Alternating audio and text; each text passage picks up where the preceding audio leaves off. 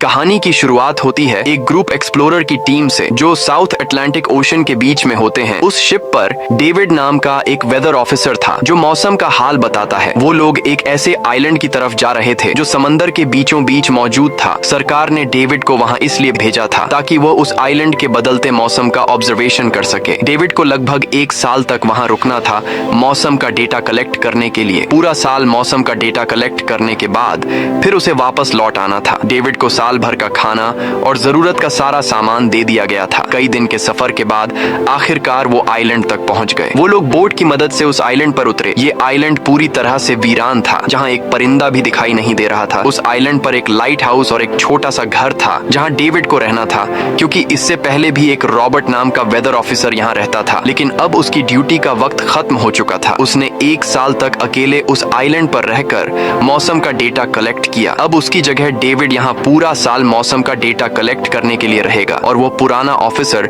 Robert ship के साथ वापस चला जाएगा। लेकिन जब पूरी टीम ने घर को विजिट किया तो वो हैरान रह गए, क्योंकि वहाँ किसी भी इंसान का नामो निशान नहीं था। कमरे के अंदर पुराने ऑफिसर का सारा सामान यहाँ वहाँ बिखरा पड़ा था। जिसके बाद कैप्टन और डेविड ने सोचा कि शायद लाइट हाउस में कोई हो सकता है। कैप्टन और डेविड बिना वक्त गंवाए लाइट हाउस की तरफ बढ़ते हैं और वो सब वहाँ एक अजीब नजारा देखते हैं। वो देखते हैं कि पूरा लाइट हाउस तेज और नुकीले लकड़ियों से घिरा हुआ था, जैसे किसी ने जानबूझकर उसे बंद कर दिया हो ताकि कोई भी अंदर न जा सके। जिसके बाद कैप्टन और डेविड ने लाइट हाउस का गेट कई बार नॉक किया, लेकिन अंदर से कोई रिस्पॉन्स नहीं मिला। आखिर में उन्होंने गेट को जोर से धक्का दिया और अंदर घुस गए। लाइट हाउस के अंदर उन्हें एक आदमी मिला जिसका नाम ग्रूनर था। जब उन्होंने ग्रूनर से पुराने वेदर ऑफिसर रॉबर्ट के बारे में पूछा तो उसने जवाब दिया कि वो तो मर गया है। वो समंदर की तरफ गया लेकिन दोबारा कभी लौटकर वापस नहीं आया। ग्रूनर की बातें सुनकर डेविड और कैप्टन दोनों चौंक गए। ये सब सुनने के बाद कैप्टन ने डेविड से कहा, अगर तुम अब भी चाहो तो हमारे साथ वापस चल सकते हो। लेकिन डेविड ने वापस जाने से इनकार कर दिया। डेविड ने सोचा अगर वो सरकार को उस आइलैंड का एक्यूरेट वेदर रिपोर्ट दे पाया तो उसे काफी मोटी रकम मिल सकती है। जिसके बाद कैप्टन ने उसे एक गन दी खुद की प्रोटेक्शन के लिए, और कैप्टन ने डेविड से कहा कि ये जगह मुझे सेफ नहीं दिखाई दे रही, अपना ख्याल रखना। इसके बाद उसे वहीं पर छोड़कर वो सब वापस चल दिए और अब ये दोबारा वापस 1 साल बाद आएंगे। कैप्टन के जाने के बाद डेविड ने घर को थोड़ा सेटल किया, रहने के काबिल बनाया। रात होने के बाद उसे ड्रॉर में एक डायरी मिली जो पुराने वेदर ऑफिसर रॉबर्ट की थी। उस डायरी में आइलैंड के बारे में बहुत कुछ लिखा था। डायरी में एक मिस्टीरियस क्रीचर के बारे में कुछ बातें लिखी गई थी, लेकिन सब कुछ साफ नहीं था, कुछ बातें अधूरी थी। डेविड हर लाइन को ध्यान से पढ़ता गया। उस डायरी में कुछ अजीब तरह के जानवरों के स्केचेस भी बने थे। डेविड को समझ नहीं आया उसने ऐसी पिक्चर्स क्यों बनाई थी। शायद वो अकेला था और टाइम पास के लिए ऐसा किया होगा। डायरी के एक पेज पर पुराने ऑफिसर के वाइफ की फोटो भी लगी थी। डेविड वह डायरी पढ़ते पढ़ते थक गया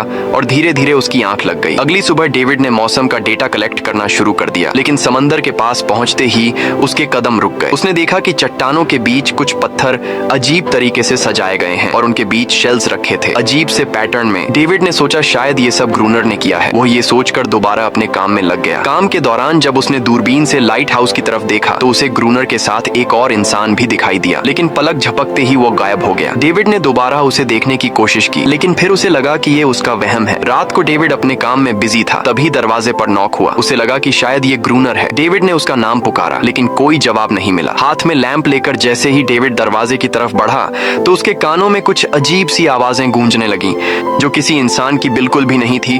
और फिर उसने देखा गेट के नीचे से किसी अजीबोगरीब क्रीचर का हाथ अंदर आने की कोशिश कर रहा है। वो इंसान का हाथ बिल्कुल भी नहीं था। ये देखकर डेविड के पांव तले जमीन ही खिसक गई। वो तुरंत बेसमेंट की तरफ भागा और वहां जाकर छुप गया। कुछ ही देर में वो मिस्टीरियस क्रीचर घर के अंदर घुस चुकी थी। वह छुप छुप कर डेविड को ढूंढ रही थी और डेविड बेसमेंट के एक छोटे से दरार से उसे देखने लगा। डेविड की हलचल से उस क्रीचर ने डेविड को देख लिया, जिसके बाद वो क्रीचर डेविड को मारने के लिए तेजी से उसकी तरफ भागा और दरार से उसे पकड़ने की कोशिश करने लगा। तो डेविड ने खुद को बचाने के लिए फौरन चाकू उठाकर उसकी आंख में दे मारा। वो क्रीचर चीख के भाग गई, लेकिन वो कभी भी वापस आ सकती थी। और डेविड के दिमाग में ये बात कंफर्म हो गई कि जो डायरी में क्रीचर के बारे में बात लिखी थी वह सच है। डर के मारे वो पूरी रात सो न सका। अगली सुबह जब डेविड घर से बाहर गया तो उसने रेत पर कुछ पैरों के निशान देखे जो किसी इंसान के बिल्कुल भी नहीं थे। वो निशान सीधे समंदर की तरफ जाकर खत्म हो गए थे। अब डेविड को सब समझ आ गया था कि क्यों ग्रूनर ने लाइट हाउस के चारों ओर नुकीली लकड़ियां लगाई हैं। अब डेविड जान गया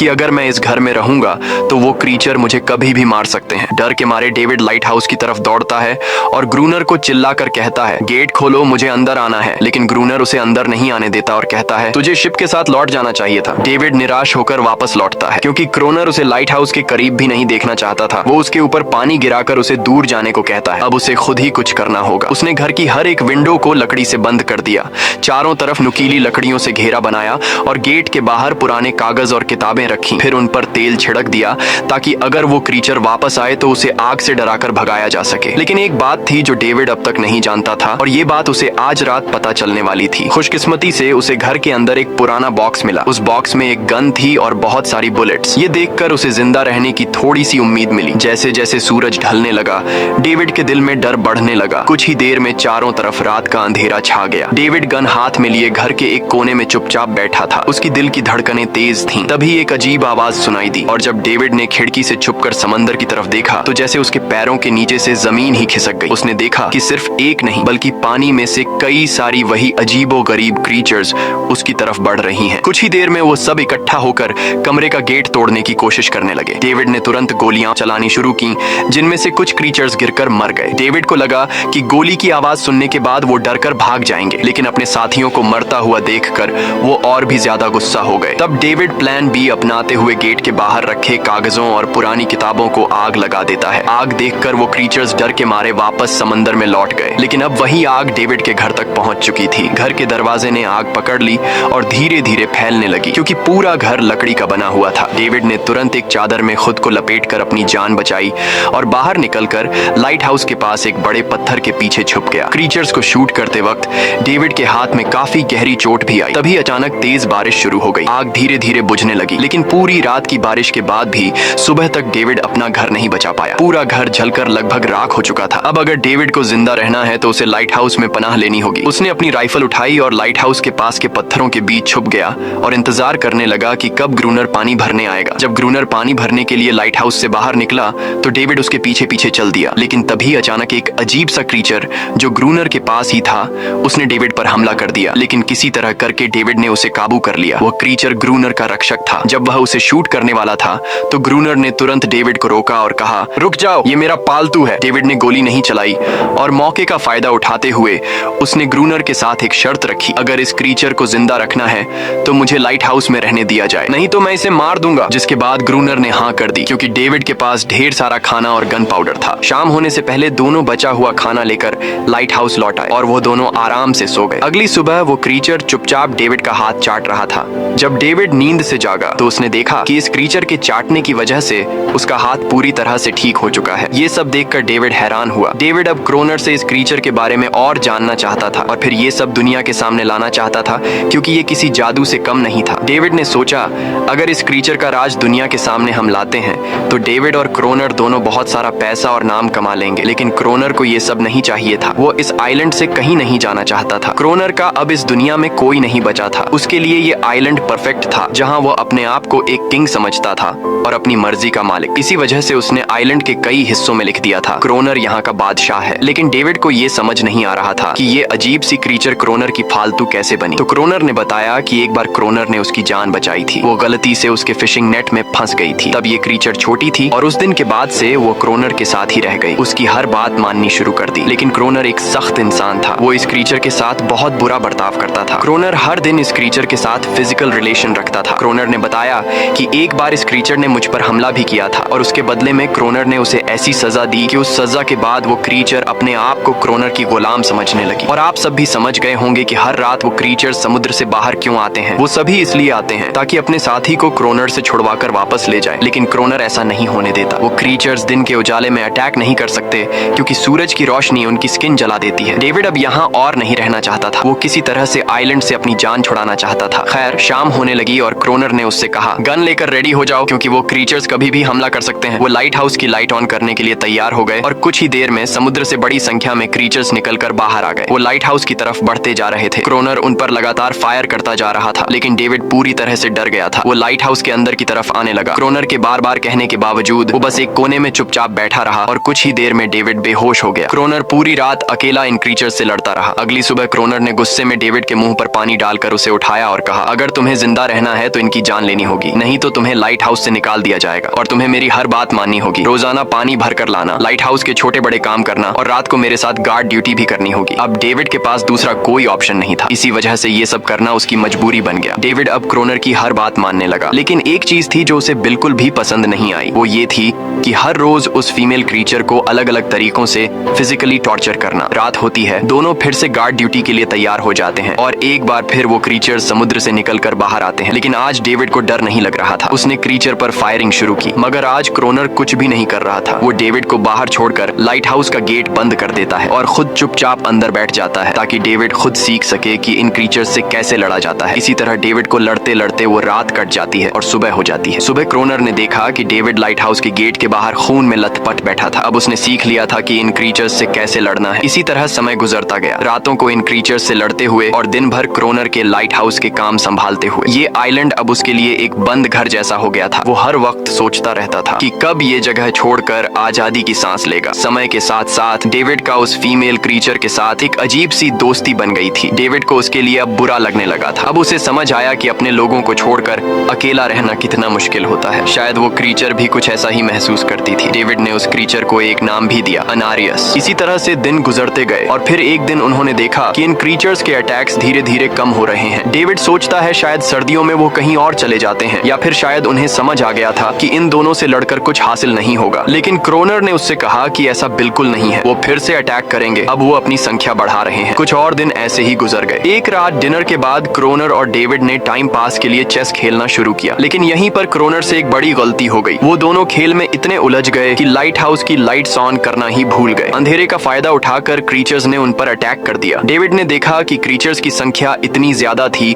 कि दो लोग मिलकर भी ज्यादा देर तक नहीं लड़ सकते थे और इस बार उनके पास कोई प्लानिंग भी नहीं थी। गन्स की बुलेट्स भी ऑलमोस्ट खत्म हो चुकी थी। किसी तरह बचते बचाते वो लाइट हाउस के टॉप तक पहुंच गए। लेकिन इस बीच क्रोनर के पैर में गहरी चोट आ गई। वो क्रीचर्स आज उन पर भारी पड़ गए थे। दोनों को लगा कि आज उनकी मौत पक्की है। लेकिन खुशकिस्मती से सुबह हो गई। जैसे ही सूरज धीरे धीरे उभरता है, वो क्रीचर्स लाइट हाउस छोड़कर समुद्र में वापस चले जाते हैं। कड़कती धूप निकलने के बाद एनेरियस क्रोनर के जख्म को ठीक करने की कोशिश करती है। लेकिन अब तक डेविड को समझ आ चुका था कि वो इन क्रीचर्स के साथ ये लड़ाई जीत नहीं सकते। बुलेट्स भी अब खत्म होने के करीब हैं। उनके पास खाना भी इतना नहीं है कि वो ज्यादा देर तक चल सके। लकीली अगले दिन जब डेविड लाइट हाउस के बाहर इधर उधर घूम रहा था तो उसने समुद्र में एक जहाज देखा। वो जल्दी से अंदर से फ्लेयर गन लाया और जहाज को सिग्नल देने गया। लेकिन क्रोनर ने उसे रोक दिया क्योंकि वो नहीं चाहता था कि डेविड यहाँ से जाए। उसी वक्त अनारियस ने क्रोनर पर हमला कर दिया। वो डेविड को क्रोनर से बचाना चाहती थी। क्रोनर किसी को भी ये आइलैंड छोड़ने नहीं देना चाहता था। ये आइलैंड उसकी अपनी दुनिया थी जहाँ वो एक किंग की तरह रहता था। वो डेविड को भी जाने नहीं देना चाहता था। इतने समय से अकेला रहने के बाद अब उसके पास कोई था जिससे वो बात कर सकता था। और अगर डेविड उस शिप में वापस चला गया तो वो वहाँ जाकर सबको एनेरियस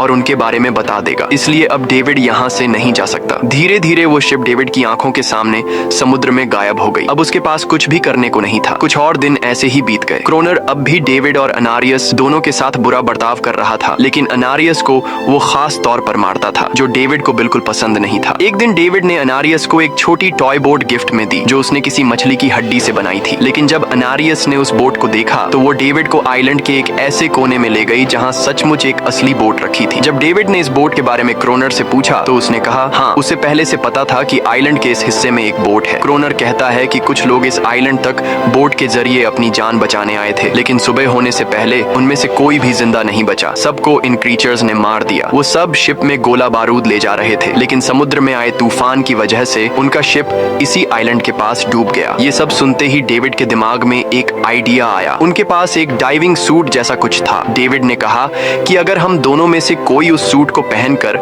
समुद्र के उस हिस्से में जाए जहां वो शिप डूबी थी तो हो सकता है उन्हें कुछ बुलेट्स या डायनामाइट मिल जाए जिससे इन क्रीचर्स से लड़ना आसान हो जाए। लेकिन क्रोनर ने इस बात को मानने से इनकार कर दिया। पर डेविड अपनी जान को खतरे में डालकर ये काम करने को तैयार था। कुछ और दिन ऐसे ही गुजर गए। डेविड और अनारियस के बीच एक गहरा कनेक्शन बन गया। डेविड उसे पसंद करने लगा था। इन दोनों को रोमांस करते हुए ये सब क्रोनर ने चुपके से देख लिया। क्रोनर को लगा कि अनारियस उसे छिन जाएगी, इसलिए डेविड को रास्ते से हटाना पड़ेगा। अगले दिन क्रोनर खुद डेविड की बात मानने को तैयार हो जाता है। वो डेविड से कहता है ठीक है, तुम सूट पहनकर नीचे पानी में जाओगे और वहाँ ढेर सारा RDX कलेक्ट करोगे, फिर मैं तुम्हें बोट से ऊपर की तरफ खींच लूंगा। लेकिन क्रोनर का असली इरादा कुछ और ही था। वो चाहता था कि डेविड उसकी मदद से समुद्र के नीचे रखे डायनामाइट के बॉक्सेस वापस सरफेस तक ले आए और उसके बाद उसे वही समंदर में अकेला छोड़ दे ताकि वो क्रिएचर्स उसे मार दें। इस तरह डायनामाइट भी उसके पास आ जाएगा और अनारियस फिर से उसकी गुलाम बन जाएगी। वो दोनों बोट में बैठकर उड़कर उस जगह पहुंच गए जहां शिप पानी में डूबा था। डेविड ने डाइविंग सूट पहना और समंदर के नीचे उतर गया। नीचे जाने के बाद डेविड ने देखा कि शिप पूरी तरह तबाह हो चुकी है, लेकिन उसकी किस्मत अच्छी थी कि उसे कुछ डायनामाइट के बॉक्स मिल गए। लेकिन तभी अचानक कुछ क्रिएचर उसके सामने आ गए। क्रिएचर्स को देखते ही डेविड घबरा गया और नीचे गिर पड़ा। वो डाइविंग सूट इतना भारी था कि वह हिल भी नहीं पा रहा था और डेविड क्रोनर को ऊपर सिग्नल भी नहीं भेज पाया। क्रोनर को लगा कि शायद वह क्रिएचर्स डेविड को मार चुके हैं, लेकिन असल में वो तो सिर्फ 2 छोटे बच्चे थे। डेविड ने जैसे तैसे करके अपना डाइविंग सूट वहीं छोड़ दिया और ऊपर सतह तक खुद को पहुंचाया। उन्हें वहां कुछ पुराने बॉक्स मिले जिनमें डायनामाइट था। इसके बाद यह दोनों काम पर लग गए। उन्होंने लाइट हाउस के आसपास 2 लेयर्स में डायनामाइट बिछा दिया ताकि जब अगला हमला हो तो वे मॉन्स्टर्स को एक ही बार में खत्म कर सकें। कुछ महीने बीत गए और बर्फबारी का मौसम आया, लेकिन एक बार फिर वो क्रिएचर्स गायब हो गए। अचानक से अटैक बंद हो चुके थे, जैसे क्रिएचर्स को खबर मिल गई हो कि उनके लिए जाल बिछाया गया है, इसीलिए अब वो अटैक नहीं कर रहे थे। क्रोनर को लगा कि शायद एनारियस ने उन क्रिएचर्स को खबरदार कर दिया है, जिसकी वजह से वो एनारियस पर जुल्म करने लगा, लेकिन डेविड ने उसे रोक लिया। आखिर में दोनों ने मिलकर एक नया प्लान बनाया, लाइट हाउस का मेन गेट खुला छोड़ने का, ताकि जैसे ही वो क्रिएचर्स पास आए डायनामाइट से उन सबको उड़ा दिया जाए। डेविड ने चालाकी से काम लेते हुए एनारियस को लाइट हाउस के टॉप पर चीखने को कहा। एनारियस की आवाज सुनते ही सभी क्रिएचर्स गुस्से से भड़क उठे। क्रिएचर्स ने जब देखा कि लाइट हाउस का मेन गेट खुला हुआ है तो उन्हें लगा कि यह अच्छा मौका है एनारियस को छुड़ाने का, लेकिन असल में यह उनके लिए एक चाल थी। कुछ ही देर में वह क्रिएचर समंदर से बाहर निकलने लगे। वे सीधे मेन गेट की तरफ बढ़े और अंदर घुसते ही डेविड पर हमला कर दिया। डेविड भी हिम्मत दिखाता है और क्रिएचर से जान छुड़ा लेता है। जैसे ही वे सभी क्रिएचर लाइट हाउस के पास पहुंच जाते हैं तो क्रोनर डायनामाइट का लीवर दबा देता है, लेकिन ब्लास्ट नहीं होता। असल में डेविड ने उसका कनेक्शन खोल दिया था और क्रोनर उसे दोबारा लगाना भूल गया था। डेविड तुरंत ऊपर भागता है और डायनामाइट का वायर जोड़ना शुरू करता है। तब तक वो क्रिएचर्स लाइट हाउस पर चढ़ने की कोशिश कर रहे होते हैं, जिन्हें सिर्फ अकेला क्रोनर रोकता है। जैसे ही कनेक्शन पूरा होता है डेविड पहला लेयर उड़ा देता है, जिससे कई क्रिएचर्स ब्लास्ट में खत्म हो जाते हैं, लेकिन अभी भी काफी मॉन्स्टर्स लाइट हाउस पर हमला करने के लिए तैयार होते हैं। इस वजह से क्रोनर दूसरा लेयर भी ब्लास्ट कर देता है। दोनों उस जोरदार धमाके में बेहोश हो जाते हैं। अगली सुबह जब दोनों होश में आए तो उन्होंने देखा कि एनारियस वहां नहीं थी। ब्लास्ट में चारों तरफ मरे हुए क्रिएचर्स पड़े थे। क्रोनर उन सबको मार रहा था जो जख्मी हालत में जिंदा बचे थे। तभी डेविड की नजर उनमें से एक के गले में लटके एक नेकलेस पर पड़ी। उस क्रिएचर को तड़पता हुआ देखकर डेविड को उस पर तरस आ जाता है और उसे अपनी गलती का एहसास हो जाता है। जिन क्रिएचर्स को वह अब तक खूंखार समझते आए थे वो भी इंसानों की तरह थे, सिर्फ बोल नहीं सकते थे। लेकिन क्रोनर के लिए यह सब बेकार बातें थीं। उस दिन के बाद वह क्रिएचर्स फिर कभी अटैक नहीं कर पाए, लेकिन हर दिन समंदर के किनारे से रोने की आवाजें आती थीं। डेविड को अब तक नहीं पता था कि उन्होंने कितना बड़ा नुकसान कर दिया था, कितनी फैमिली टूट गई, कितने बच्चों ने अपने लोग खो दिए सिर्फ एक गलतफहमी की वजह से। अगले दिन डेविड ने समंदर में उन क्रिएचर्स के कुछ छोटे छोटे बच्चों को देखा, वो सब जिन्होंने अपने परिवार खो दिए थे। डेविड ने पत्थरों का एक गोल सर्कल बनाया और उसके बीच में वह छोटी टॉय बोट रख दी ताकि एनारिस उसे देखकर वापस लौट आए। डेविड ने कई घंटे इंतजार किया, लेकिन एनारिस कभी वापस नहीं आई। सुबह नींद से जागने के बाद डेविड ने देखा कि क्रोनर सो रहा है। क्रोनर के पास कुछ पुरानी चीजें रखी थीं, उनमें एक पुरानी तस्वीर भी थी और जैसे ही डेविड ने उस तस्वीर को देखा वह हैरान रह गया। वह लड़की जिसका फोटो उसने पहले दिन पुराने ऑफिसर रॉबर्ट की डायरी में देखा था, वह कोई और नहीं बल्कि क्रोनर की पत्नी थी और फोटो में क्रोनर उसके साथ खड़ा था। असल में 1 साल पहले आए वेदर ऑफिसर रॉबर्ट मरा नहीं, बल्कि उसने अपनी पहचान बदल दी थी, यानी क्रोनर ही वेदर ऑफिसर रॉबर्ट है। बस उसने अपना नाम बदल लिया था क्योंकि अब वह कभी इस आइलैंड को छोड़ना नहीं चाहता था। ये सब देखकर डेविड ने भी यह उम्मीद छोड़ दी कि वह कभी इस आइलैंड से जा पाएगा। अगले दिन शाम को जब डेविड समंदर के किनारे गया उसने देखा कि उस सर्कल में रखी छोटी बोट अब वहां नहीं थी, लेकिन उसी जगह पर उसने एक क्रीचर का छोटा सा बच्चा देखा जिसके हाथों में वह बोट थी। डेविड ने अपने हाथ में जलती हुई लकड़ी को उस सर्कल के बीच में फेंक दिया ताकि वह दिखा सके कि उसका इरादा लड़ने का नहीं है और उसे किसी को खतरा महसूस न हो। वह उनके साथ दोस्ती करना चाहता था। कुछ ही देर बाद समंदर की लहरों से एनारिस निकलती है और उसके पीछे पूरा क्रीचर्स का ग्रुप भी समंदर से बाहर आता है, लेकिन इस बार कोई भी डेविड पर अटैक नहीं करता क्योंकि वे भी अब शांति चाहते हैं। उनका इरादा सिर्फ एक सुरक्षित जगह पाने का था अपने बच्चों के लिए। लेकिन तभी वहां क्रोनर हाथ में बंदूक लिए पहुंच जाता है। क्रोनर को लगता है कि अगर शांति हो गई तो उसे सबसे ऊपर होने का एहसास कैसे होगा। डेविड उसे समझाने की कोशिश करता है कि ये क्रीचर्स लड़ना नहीं चाहते, ये शांति चाहते हैं, लेकिन क्रोनर किसी की नहीं सुनता। वो एनारियस से चिल्लाकर कहता है अंदर चली जाओ, लेकिन ये पहली बार था कि एनारियस ने उसकी बात नहीं मानी क्योंकि अब वह उसकी नौकरानी नहीं थी। यह देखकर क्रोनर को लगता है कि अब इस आइलैंड पर उसकी बादशाहत नहीं रही। क्रोनर खुद को अंदर से कमजोर महसूस करने लगता है क्योंकि अब कोई भी उसका हुक्म नहीं मान रहा था। गुस्से में उसने लाइट हाउस की तरफ कदम बढ़ाए। डेविड को लगा शायद क्रोनर को अब समझ आ गया होगा कि हर एक जानवर आजादी चाहता है, कोई भी किसी का गुलाम बनकर नहीं जीना चाहता। लेकिन क्रोनर के सर से बादशाहत का भूत कहाँ उतरने वाला था। जैसे ही वह लाइट हाउस पहुंचा, उसने सिग्नल गन से एक फ्लेयर छोड़ी जो सीधा जाकर एक क्रीचर के बच्चे से टकरा गई। उस बच्चे की तुरंत मौत हो गई। सभी क्रीचर्स डर के मारे भाग गए और एनेरियस ने भी डेविड पर अपना पूरा भरोसा खो दिया। गुस्से से पागल डेविड तुरंत लाइट हाउस की तरफ भागता है क्रोनर को सबक सिखाने। डेविड उससे लड़ने लगता है, क्यों किया तूने ये सब? ये लोग तो बस शांति चाहते थे। लेकिन क्रोनर इतना हिंसक हो चुका था कि उसने डेविड को मारने का फैसला कर लिया। वह हाथ में लोहे का रॉड लेकर जैसे ही डेविड पर वार करने जा रहा था, डेविड ने उसे उसके असली नाम से पुकारा और कहा, रुक जाओ रॉबर्ट, तुम खूनी नहीं हो। ये सुनकर क्रोनर एकदम रुक गया। असल में रॉबर्ट ऐसा इंसान कभी था ही नहीं। इस आइलैंड पर आने के बाद अकेले रहने की वजह से उसकी मेंटल हेल्थ बिगड़ चुकी थी। अकेलापन, अपनी पत्नी की मौत और गहरा डिप्रेशन, इन सब ने उसे ऐसा बना दिया था। वह असल में कोई किलर नहीं था, वह एक अच्छा इंसान था। क्रोनर को एहसास हुआ कि ये क्रीचर्स कभी लड़ना नहीं चाहते थे, वे बस शांति चाहते थे। क्रोनर ने उन्हें सिर्फ इसलिए मारा ताकि वह खुद को पावरफुल दिखा सके। और अब क्रोनर को अपनी गलती का एहसास हो चुका था, इसीलिए उसने खुद को उन क्रीचर्स के सामने सरेंडर कर दिया और कुछ ही पलों में उन्होंने उसे मार दिया। डेविड लाइट हाउस के अंदर खुद को लॉक कर लेता है। समय ऐसे ही बीतता चला जाता है और 1 साल बाद आइलैंड पर एक गवर्नमेंट अफसर आता है, साथ में एक नया वेदर ऑफिसर भी होता है। अब नए गवर्नमेंट अफसर ने इस आइलैंड पर वेदर मॉनिटर की ड्यूटी करनी थी। जब कैप्टन पिछले अफसर के बारे में डेविड से पूछता है तो डेविड भी वही बात करता है कि वह पानी की तरफ गया था लेकिन कभी वापस नहीं आया। और वेदर ऑफिसर को भी लगता है कि डेविड ही क्रोनर है। डेविड ने भी उनकी इस गलतफहमी को ठीक नहीं किया। वह चुपचाप बालकनी पर गया और खड़ा हो गया बिना कुछ कहे, क्योंकि अब वह भी इस आइलैंड को छोड़ना नहीं चाहता था, बिल्कुल क्रोनर की तरह। इसी दौरान एनेरिस भी अपने परिवार के साथ खुश थी। अब उन्हें किसी क्रोनर जैसे आदमी का डर नहीं था। अब वे आइलैंड पर भी और समंदर में भी आजादी से जी सकते थे। इसी के साथ कहानी खत्म हो जाती है। अगर वीडियो आपको अच्छी लगी हो तो हमारे चैनल को जरूर सब्सक्राइब कीजिए।